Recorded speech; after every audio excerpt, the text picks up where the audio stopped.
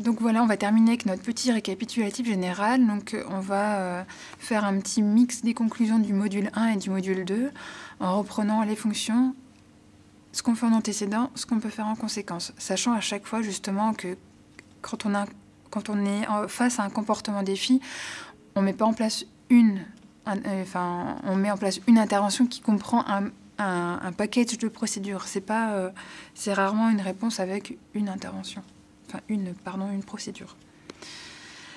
Alors, en présence de recherche d'intention en antécédent, attention fréquente sur les bons comportements, attention non contingente, organiser les occupations.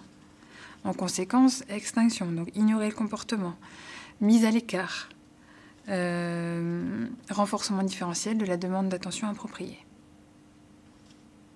Alors je sais que voilà, là c'est un récapitulatif, donc je ne respécifie pas à chaque fois à quoi ça fait référence, mais je pense qu'on a fait, voilà, on s'est attardé sur chacune de ces procédures. Après, le but de ce récapitulatif général, c'est de se dire, ah oui, est-ce que j'ai tout ça en tête? Sinon, je vais aller rechercher un petit peu plus haut dans le diapositive à quoi ça correspond, et puis je vais pouvoir comme ça fixer un peu les choses dans ma mémoire. Ensuite, au niveau du... la fonction du comportement, c'est de pouvoir accéder à des objets et des activités préférées. En antécédent, donc, entraînement à la communication fonctionnelle, on apprend à demander ce qu'on veut de manière appropriée. Le programme abandonner le renforçateur. On se souvient, on donne un très court moment, puis un plus long moment, puis on finit par le rendre et faire une petite tâche et de plus en plus. Le programme accepter le non, donc non, tu peux pas avoir ça, mais tu peux avoir ça, avec des objets, avec au début, tu peux avoir ça qui est préféré, puis de moins en moins préféré, puis non tout court. Des programmes d'interruption de transition, donc j'avais expliqué avec 2 chaises, c'est 2 chaises, mais ça peut être aussi par terre avec des coussins, ça dépend de l'environnement, mais où au début on demande à l'enfant de bouger très peu, puis de plus en plus loin. En conséquence, donc, compter, demander, demande inappropriée, attend, on compte, on modèle, la personne demande correctement, on donne. Et puis, si c'est fini, pas d'accès, on attend que la petite crise passe. Quand quand la fonction du comportement, c'est la recherche de sensations, donc autostimulation, en antécédent, donc, identifier les modalités sensorielles en jeu et trouver des occupations adaptées qui reprennent des sensations semblables. Augmenter l'effort pour s'engager dans la réponse d'autostimulation. Accélérer la satiété, on avait vu avec jeter les balles en début de séance. Et puis, renforcement non contingent, donc donner accès à des activités de manière très régulière, ou en continu, selon la fréquence des autostimulations. Et en conséquence, donc, on peut avoir recours à du blocage, à de l'extinction sensorielle, à de la redirection, à l'utilisation du renforcement différentiel, et puis à l'exercice contingent. Quand le comportement il a pour fonction du renforcement négatif social, donc échappement-évitement, en antécédent, déjà bien veiller, est-ce que j'enseigne des comportements fonctionnels? Est-ce que j'enseigne des comportements qui correspondent au niveau développemental, aux besoins de l'enfant? Donc ça, c'est vraiment en amont un paramètre à vérifier. C'est ce que j'expliquais hier. Si on met en place un programme de lecture pour un enfant qui a 5 mots, il y a de fortes chances qu'il rentre dans l'échappement parce que c'est trop dur, en fait. C'est pas du tout adapté à là où il en est. Et c'est normal, nous, dans une situation où on apprend le chinois, et puis c'est la première leçon, on nous parle en chinois, on nous demande de faire des trucs, on ne comprend rien, on va être dans une situation de frustration. Et c'est important, du coup, d'avoir ces objectifs qui sont vraiment appropriés aux besoins de l'enfant. En antécédent aussi, donc, les interruptions de transition, des consignes agréables régulières, le programme interruption de transition, consignes agréables régulières, pas de consignes inutiles, bien avoir un contrôle d'instruction, c'est-à-dire que quand on demande quelque chose, on va jusqu'au bout, on contrôle les renforçateurs, des tâches mixées, des tâches faciles, des tâches difficiles, Il y a aussi, je pense, quelque chose que je n'ai pas encore évoqué, c'est que il faut aussi varier donc, les domaines dans lesquels on demande les choses aux enfants.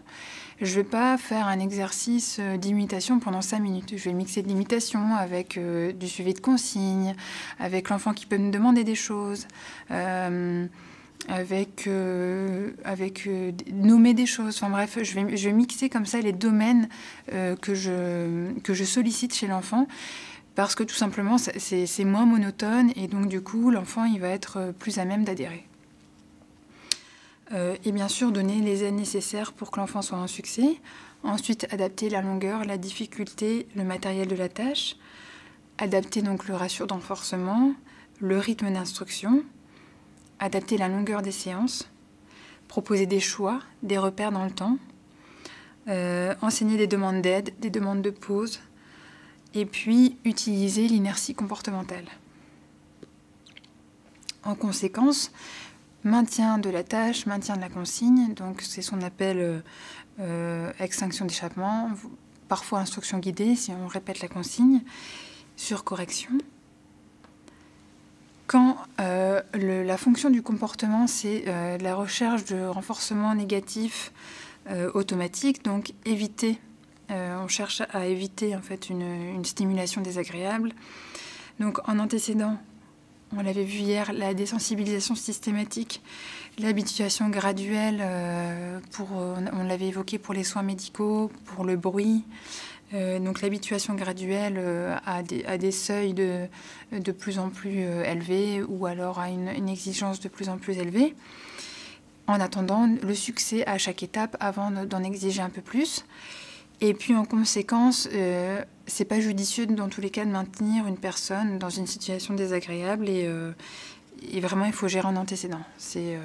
Alors après, il existe des situations désagréables qui sont nécessaires. Par exemple, un enfant qui va chez le médecin, s'il y va parce qu'il y a un problème et qu'il n'accepte pas de se faire ausculter, ça arrive après, je veux dire, on n'est plus forcément dans de la gestion de comportement parce que là, ça arrive régulièrement avec des enfants comme ça qui sont intolérants aux soins médicaux et c'est pour ça que c'est important de travailler en antécédent.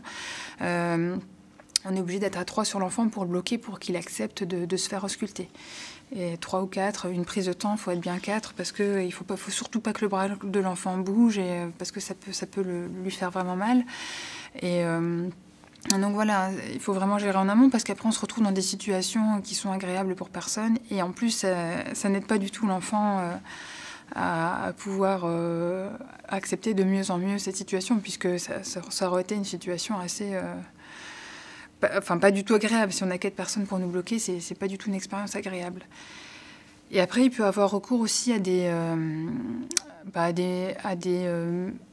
moyens qui ne sont plus du ressort comportemental ou certains adultes qui ont des troubles du comportement assez importants et qui n'acceptent pas les soins médicaux.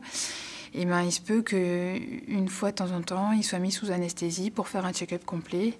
Un enfant chez le dentiste, je sais que dans des centres de soins, handisoins spécialisés, ils peuvent leur mettre du gaz hilarant pour qu'ils se décontractent et qu'ils acceptent du coup une intervention. Enfin, voilà, après, c'est plus du ressort d'un analyste du comportement, mais plus du domaine médical.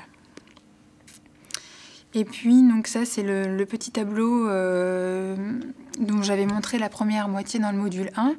Et donc, il reprend, pas exactement avec les mêmes mots, mais c'est vraiment les mêmes idées, en fonction des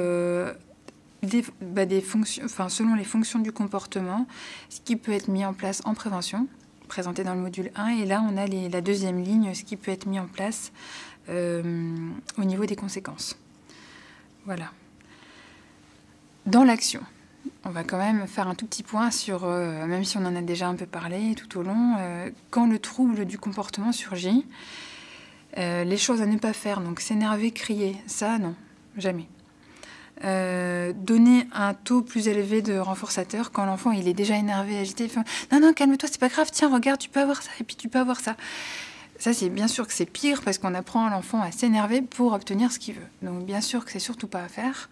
C'est si on a refusé l'accès, et ben tant pis, peut-être qu'on l'a fait de manière maladroite, mais maintenant que c'est fait, on va jusqu'au bout. Attention quand même aussi à ne pas renforcer, parce qu'il y a des enfants voilà, qui arrivent plus ou moins à anticiper les séquences de comportement. Et il faut surtout pas apprendre à l'enfant « je m'énerve, je me calme et j'ai accès à du renforcement ». Je m'énerve, je me calme et j'ai accès à du renforcement. Donc ça, pour y pallier, on l'a déjà aussi évoqué, quand il y a eu un trouble du comportement, on recommence avec des petites consignes très faciles. On récompense avec des renforçateurs peu puissants, toujours proportionnels à l'effort fourni. Et peu à peu, quand l'adhésion revient, là, on peut commencer à augmenter l'exigence et puis à délivrer des renforçateurs plus puissants. Mais il ne faut surtout pas qu'il y ait eu un trouble du comportement, donc je demande un truc insignifiant et je donne beaucoup de renforcement pour récupérer. Ben non, puisqu'on peut justement après apprendre, je m'énerve, je me calme et puis j'ai du gros renforcement. Ignorer systématiquement, c'est pas du tout non plus la réponse appropriée, comme on l'a vu à travers toutes les procédures présentées. Utiliser un vocabulaire négatif aussi, on a déjà évoqué, parce que ça pose le souci du ne pas, est-ce qu'il est vraiment entendu par l'enfant, surtout quand l'enfant il a un niveau de langage assez bas. Et ne fais pas ça, il ne faut pas, c'est pas bien. Et donc on nomme ce qu'il ne faut pas faire, donc, mais on ne dit pas ce qu'il faut faire. Donc ça, on l'avait déjà évoqué, mais voilà, ça pose le problème de ok, il ne faut pas faire ça, mais qu'est-ce qu'il faut faire? Et lorsque le comportement apparaît, donc quoi faire? Rester neutre. Enfin, rester neutre dans le sens ne pas s'énerver. Protéger l'enfant, vous-même et les autres. Il peut que ce soit un environnement avec d'autres enfants, d'autres adultes, pour que voilà, il y ait personne qui reçoive, si c'est des jets d'objets, il ne faut pas qu'il y ait d'autres enfants ou nous-mêmes qui recevons des choses qui peuvent nous faire mal. Utiliser donc une des procédures qu'on a vues en conséquence, parce que là, on est en présence du trouble de comportement, il faut bien gérer les conséquences. Demander de l'aide si besoin. Je veux dire, quand parfois un trouble du comportement dure un peu, nos nerfs, ils peuvent être mis à l'épreuve, et puis mieux vaut demander du relais, souffler un peu, et puis continuer à gérer, que perdre son sang-froid et s'énerver. Mais bon, c'est quand même, je veux dire, si on a envie de travailler avec des enfants qui ont des troubles du comportement, il faut soi-même avoir une bonne gestion émotionnelle. On peut Voilà, si on est quelqu'un d'impulsif, en tout cas, il faut faire un travail sur ça parce que il y a des enfants qui ont un sixième sens pour trouver le truc qui nous enquiquine et qui sont assez forts pour nous pousser dans nos retranchements. Et c'est important au niveau des personnes qui s'occupent justement de ces enfants qu'elles aient une bonne gestion émotionnelle. Donc on attend un retour au calme de la part de l'enfant. On prend des notes, surtout notre séquence ABC, qu'est-ce qui s'est passé, et puis on réfléchit, hein, quand on a pris nos notes, c'est mais qu'est-ce que j'aurais pu faire pour que ça ne se produise pas? Est-ce que ça a été un problème au niveau de mes antécédents? J'ai demandé quelque chose de trop compliqué, ou j'ai mal géré?